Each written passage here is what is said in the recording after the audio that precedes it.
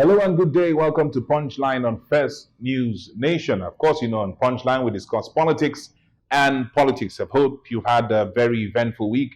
It's very eventful also in the Nigerian political system, and a few of those headline stories will be what we'll be considering today on the program. Before we go ahead, don't forget to like and subscribe to all our platforms on Facebook, Twitter, Instagram, and YouTube. Go ahead, go a step further, and make sure you enable notifications on all these platforms to get latest updates. It will be an honor for me if you go visit my social media handles on Facebook, Twitter, and Instagram at Sammy Ajufo. Let's take a short break. When we get back, we'll talk more about the meat of the discussion, which happens to revolve around the bishops, insecurity, and insecurity. We'll be right back.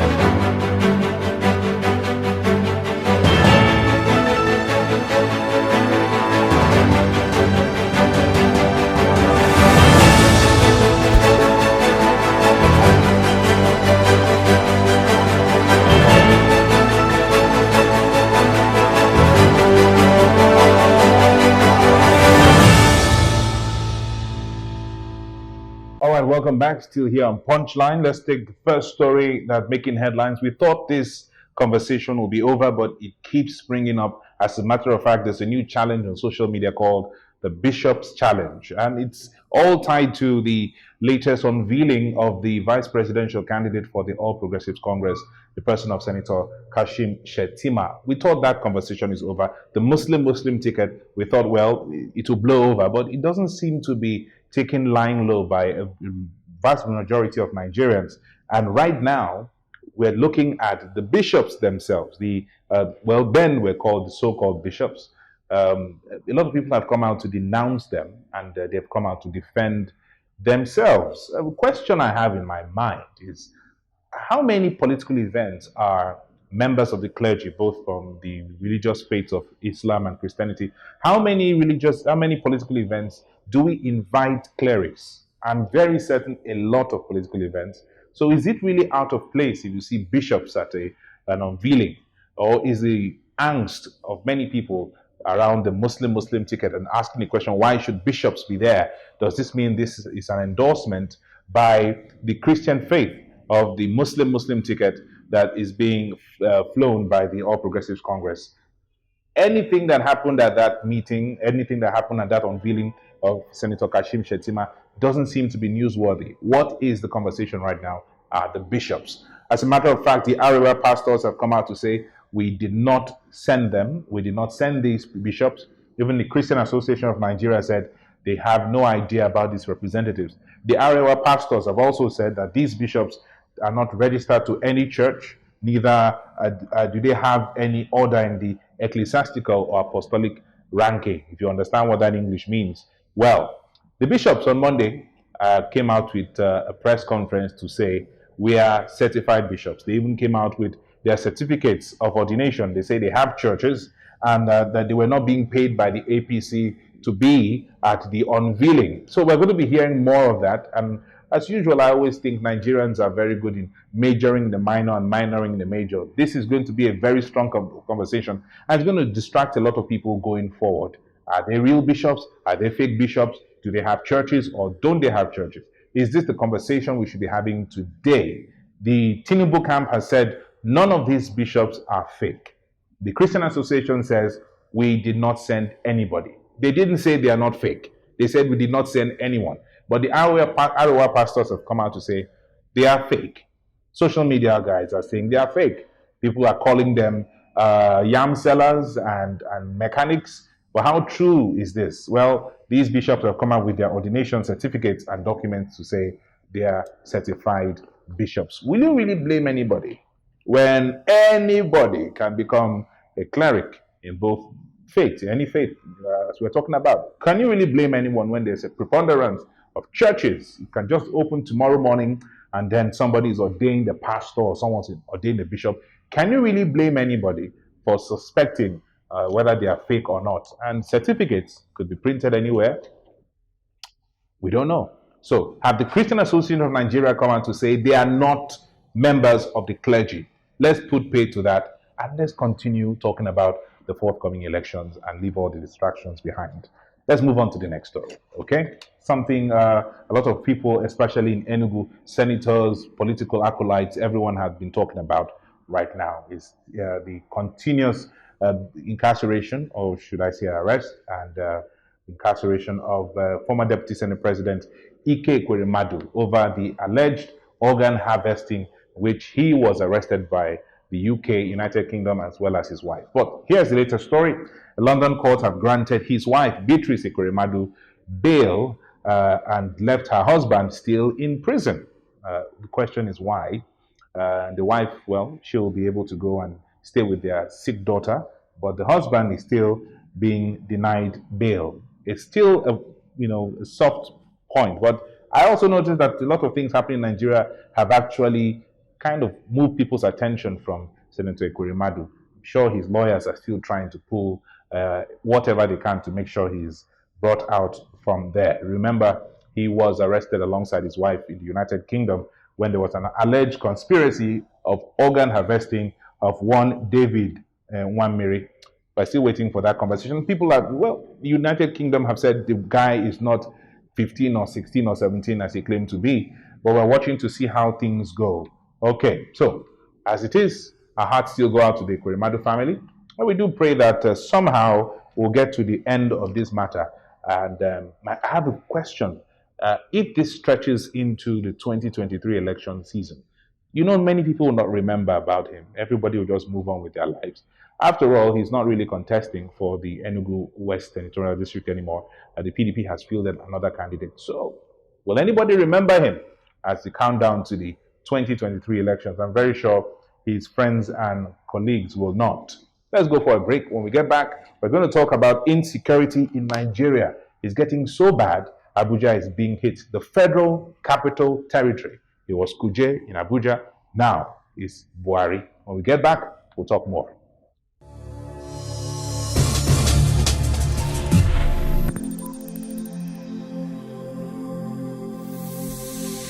This is Niger Feedback. You're welcome back to Punchline on First News Nation. I'm still Sami Ajufo. I haven't changed, even though the dollar price has consistently changed. Have you seen what's recent about the pump price by the brand new NNPC? Look at that. Look at that. Look at that. That's the new pump price that will be spread across these different geopolitical zones. You see that the Southeast has higher. Some others will be 169, some others 180 and above or below. But whatever comes out, things are getting harder in this great country, Nigeria. I don't know why, and I don't know how, where all this came from. The new NNPC, they just recently rebranded, and this is what they're bringing out. For those of us in the Southeast, we're used to pump prices being we have gone far ahead. We're prophets. We've already seen ahead. We're at 190. So now it is officially about 180 something in the Southeast. Guess what? We'll be looking at 200, 210, 220. It doesn't get lower than that. In Nigeria, what goes up stays up, never comes down. Terrorists have attacked Buhari Area Council and killed military personnel on Friday night, according to military sources.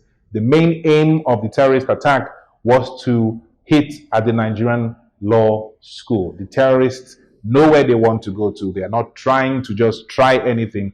They have a target in mind. This time it's the Nigerian Law School in Buhari. Nigerian Law School is in different states in Nigeria. There's one in Lagos, there's one in Enugu, there's one in Bayelsa, and of course, there's one in Buhari Area Council of the FCT Abuja. Now, terrorists have, according to intelligence reports, have been camping within the Buhari area as we speak, and that was the target. Well, it has become a very serious issue in Nigeria because Friday's attack occurred 48 hours after terrorists released a video showing them manhandling personnel, people kidnapped from the Abuja-Kaduna Railway. We know the story about that. But just recently also, we had about 2 or 3 of the kidnapped passengers of the Abuja-Kaduna train have been released. And they have a video. You want to check out this video. When we come back, we'll talk more. Is in captivity for almost 4 months. One will lose his head, and we are distressed there and stressed up due to our long stay. But now, thank God, we have our freedom and I'm happy the way my people received me now. Thank God I've regained my freedom again. Did the government play any role in your release? No, no, not at all, not at all. Initially on Friday, members of our family wanted to facilitate our release, but the government aborted that effort. And we feel that being Nigerian citizens, the government has a responsibility to protect our life and property, and in that respect they have woefully failed. Now we still have some of your colleagues still remaining in the forest. Yes. What are your concerns about their safety? They are in a dangerous situation now. Anything can happen, and I'm calling, on that video, I'm calling on international community to come to their aid or rescue, because the federal government, it seems that they are not ready to secure their release. I'm happy actually for having my brother back, but the irony is the remaining passengers is really terrible for us to remember those that are left behind. We hope they too will be back soon. Right now he's on hospital. We're taking him to hospital. He's dehydrated and a lot of health issues, which I think the doctors will only confirm. He needs to go through tests and other things. And we thank the good people of Nigeria, more especially the media people whom you have been to our help from beginning up to now. And we hope you continue to render this humanitarian support to us. I think it's now beyond the government. We are calling on international communities, the Amnesty, all United Nations and Red Cross and the rest to please come to the aid of the remaining victims. They are in terrible and dangerous stage now. Please, I spoke to my brother. In fact, the first question I asked him is about the remaining victims, and he categorically told me they are in dangerous situation. You can imagine the word danger. They are in dangerous situation. So we are calling on international communities to please, as a matter of urgency, to please come to the rescue of the remaining passengers. We are still in this, and we will remain in it till the rest of the victims are out. So, but I'm overjoyed today. I'm happy. 2 days ago, when I saw that clip, almost all of us were calling our friends, family, friends. Almost everybody was just shedding tears. You know, when you pick Hassan's picture and compare it to that picture, almost everybody was just unfortunate. But we are happy that he's back. We hope, in fact, he's in the hospital now, but we hope he will get better. He will come back to his normal self. You know, it's not only the physical look and the health, but also the psychological part of it. You know, something you've never been through since we were born, you know. But like I said, we are still praying and praying and praying for the government to do something tangible about this banditry, terrorism, and kidnapping. We cannot be saying that it's just prayer every day. Yeah, we need to pray. It's good to pray. But also we need to act. Where are our security agencies? What are they doing about these things? We are not saying they should come out to tell us all the things they are doing about it. But if you are doing something about anything and it's taking you a year, 2, 3, 4 years, we should see results. Well, the terrorists have, in the attack of Buhari, had attacked some officers of the 7th Guards Battalion of the Nigerian Army Presidential Guards Brigade. I repeat, the Nigerian Army Presidential Guards Brigade is actually a platoon or brigade of soldiers who are trained and are, their job is to take care of the president. Now, they were attacked. That is terrible. According to reports also, we had that some soldiers and ex-soldiers had been called to help out in this futile attack on the Buhari Area Council and Nigerian Law School, and some of them lost their lives. We're going to talk more about those who have lost their lives, especially in terms of the insecurity issues in Nigeria. How many federal institutions have been attacked since President Buhari came into power? Let's start with the first one we have here, military base in Birnin Gwari local government area of Kaduna State, a military facility. We also had police command headquarters and correctional facility in Owerri, Imo State. We have had the Kuje Correctional Center in Kuje FCT. That one was just recent, and the terrorists that escaped from it have not been caught since. We've also had a slew of police stations and police headquarters that have been burnt down across the southeast of Nigeria. We have the Metele military base in Borno State have been attacked by terrorists. The Nigerian military base in Borno State has also been attacked. Runway 5 of the Kaduna International Airport was also attacked by terrorists. The Nigerian Defense Academy, that one was the height of it, where the premier educational institution for the military was attacked. The place where military men are trained to be military men was attacked. I think everyone has forgotten about it. We also heard some people were kidnapped. We have not heard about them till today. They also took over the Suleja Abuja road. It's now a no-go area. You can't go to Kaduna by road. You can't go to Kaduna by train. You can't go to Kaduna by air. That's so terrible. There's also the popular attack on the train, Abuja to Kaduna, and many of those passengers have not been seen.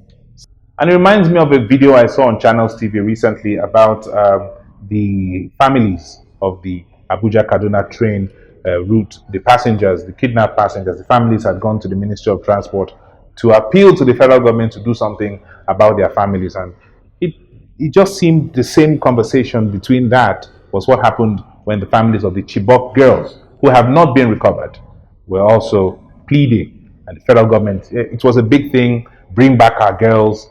Now we're asking them to bring back everyone. Bring back everyone. But how long will we continue in this? How long will we continue to wallow in fear and trepidation over the insecurity problems in this country? Were we not sold the idea that the Chibok girls will be rescued by this administration sometime in 2015 when they took over? What's happening? I believe we have a military expert as our president.